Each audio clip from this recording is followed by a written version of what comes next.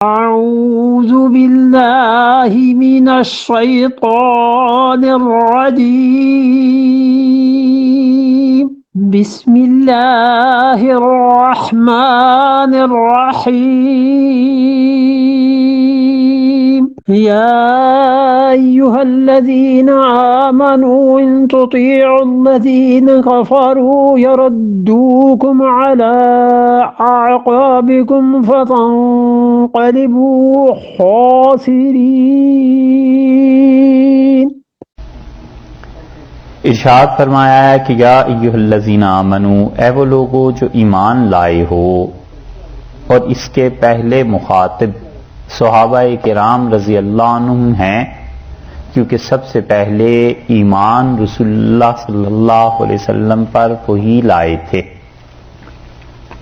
اور غزوہ احد کے بعد عام طور پر یہ پراپوگنڈا کافروں نے شروع کیا، اور انہوں نے کہا کہ اصل بات یہ ہے کہ والعیاذ باللہ رسول اللہ صلی اللہ علیہ وسلم اللہ کے رسول تو ہیں نہیں، اور یہ ایسی چیزیں کہتے رہے ہیں جو اب پوری نہیں ہو رہی، اور یہ لوگوں کو بتاتے رہے کہ میں اللہ کا رسول ہوں، اور یہ کہتے رہے کہ میرے ساتھ خدا کی مدد ہے،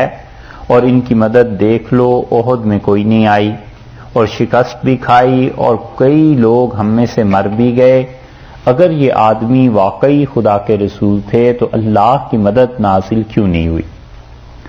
اللہ تعالی نے اس چیز کا رد اس آیت میں فرمایا ہے کہ یہ جو شبہ لوگوں کو بتاتے پھر رہے ہیں اور جو کچھ کہتے پھر رہے ہیں، ان میں 3 گروہ ہیں۔ ایک تو وہ جو یہودی ہیں اور رسول اللہ صلی اللہ علیہ وسلم پر ایمان نہیں رکھتے، دوسرے وہ جو منافق ہیں اور وہ اس طرح کی باتیں پھیلانے میں بہت پیش ہیں، اور وہ زیادہ نقصان دہ ہیں، کیونکہ ایک حصہ جو یہودیوں پر مشتمل ہے وہ تو ایسا ہے جس کے متعلق سب کو پتہ ہے کہ ان لوگوں کا کفر، ایمان، یہ چیزیں سب کی سب واضح ہیں کہ کس چیز کو مانتے ہیں اور کس چیز پہ ان کا ایمان نہیں ہے۔ دوسرے منافقین ہیں،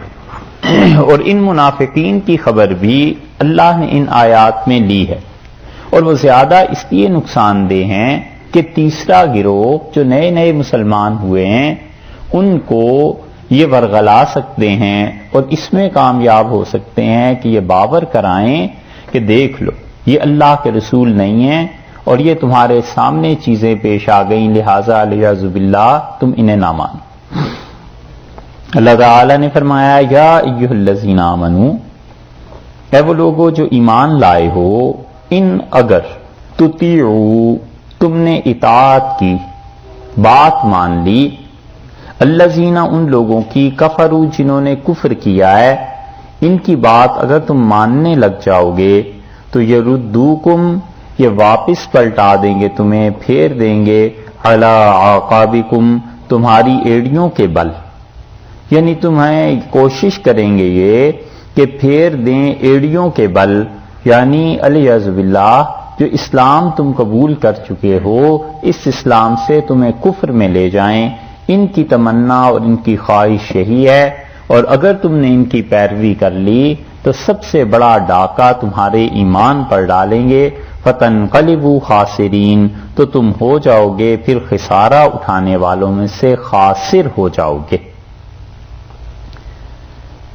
یہ الذین کفروا جو ہے اس کی 2 تفسیریں اسی لیے کی گئی۔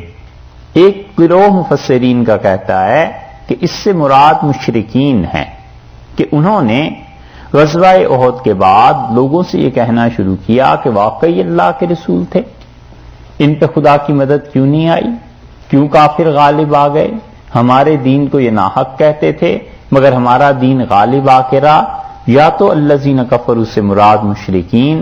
اور حضرت علی رضی اللہ عنہ فرماتے تھے کہ اس سے مراد منافقین ہیں جو دل میں بغض رکھتے تھے رسول اللہ صلی اللہ علیہ وسلم کے خلاف، اور ان کے دل میں نفرت تھی لیکن ظاہر نہیں کر سکتے تھے، تو یہ موقع ملا انہیں، اور اللہ نے یہاں پر صاف طور پہ انہیں کافر قرار دیا کہ یہ لوگ ہیں جو کافر ہیں، تو اس سے امام رازی رحمت اللہ علیہ نے یہ مسئلہ بھی ثابت کیا ہے کہ رازی کہتے ہیں اس کا مطلب یہ ہے کہ ایمان صرف اس چیز کا نام نہیں ہے کہ دل میں کسی انسان کے نفاق موجود ہو اور زبان سے اقرار کر لے، بلکہ ایمان اس چیز کا نام ہے کہ زبان کے اقرار کے ساتھ ساتھ دل میں بھی ایمان موجود۔ اگر دل میں ایمان نہیں ہے اور کفر ہے تو ظاہر میں تو اس کے ساتھ مسلمانوں جیسا معاملہ کریں گے، لیکن اللہ کے ہاں چونکہ وہ کفر ہے اس لیے اس کے ساتھ کافروں جیسا معاملہ خدا کے ہاں ہوگا۔ اور تنبیہ اس بات پر فرمائی ہے کہ اگر تم نے اطاعت کی کافروں کی تو یہ لوگ تمہیں پھیر دیں گے کس چیز کی طرف؟ کفر کی طرف۔ فتنقلبوا خاسرین، اور تم ہو جاؤ گے نقصان اٹھانے والوں میں سے۔ اس کا مطلب یہ ہے کہ کافروں کی بود و باش، کافروں کی ملت، کافروں کی اطاعت، کافروں کے اعمال، ہر طرح سے انہیں اپنے آپ کو بچاتے رہنا۔ جتنی ان کی پیروی بڑھتی چلی جائے گی ان حرکتوں میں جن میں کفر ہے، تم بھی اتنے خسارے میں جاتے جاؤ گے۔ اسی لیے فقہا نے